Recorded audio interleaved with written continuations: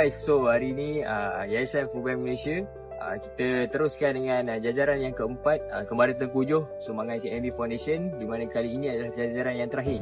So kita mulakan pada hari ini di Sungai Petani, di mana sekarang ni kita berada di Pekalan Semeling untuk kita santuni seramai 21 ketua isi rumah. Mostly adalah pekerja-pekerja nelayan lah. Okay.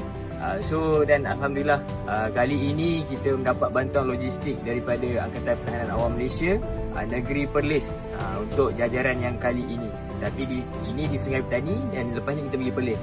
Tapi ada lagi satu bantuan logistik daripada Rela Kedah, khususnya adalah Rela Kulim, lori 3 tan.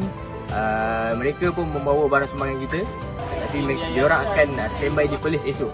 So kita fokus untuk hari ini dulu. Lepas ni kita akan pergi ke, lepas Pangkalan Semeling, kita akan pergi ke Pangkalan Riverfront. So kita uruskan sekejap setup dengan lori, kemudian kita buat agihan dan kita pergi ke destinasi seterusnya. Let's go.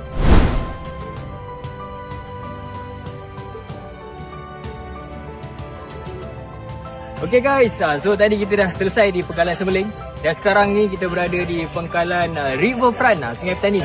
So dekat sini kami akan menyantuni seramai 21 ketua isi rumah, di mana caranya memang sama, kita buat atas lori sahaja dan lebih menarik sebab kita ada kawasan yang luas. So kita buat drive thru untuk siapa yang menaiki motosikal, lebih mudah untuk penerima, kita letak je barang dan mereka boleh terus pulang.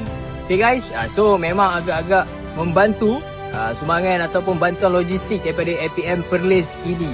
Okay, so kita pun nak teruskan agihan ni sebab tengah excited ni guys. So let's go, kita pergi. Let's go. Hari ni dah beri tepuk tangan untuk hari ni. Dan barangnya dah dapat apa bila buat pendaftaran tu?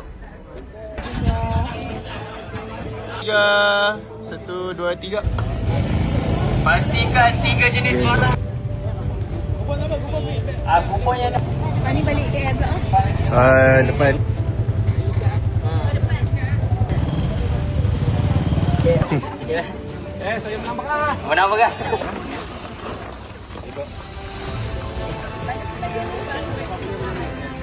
Dan ini Taman Sudah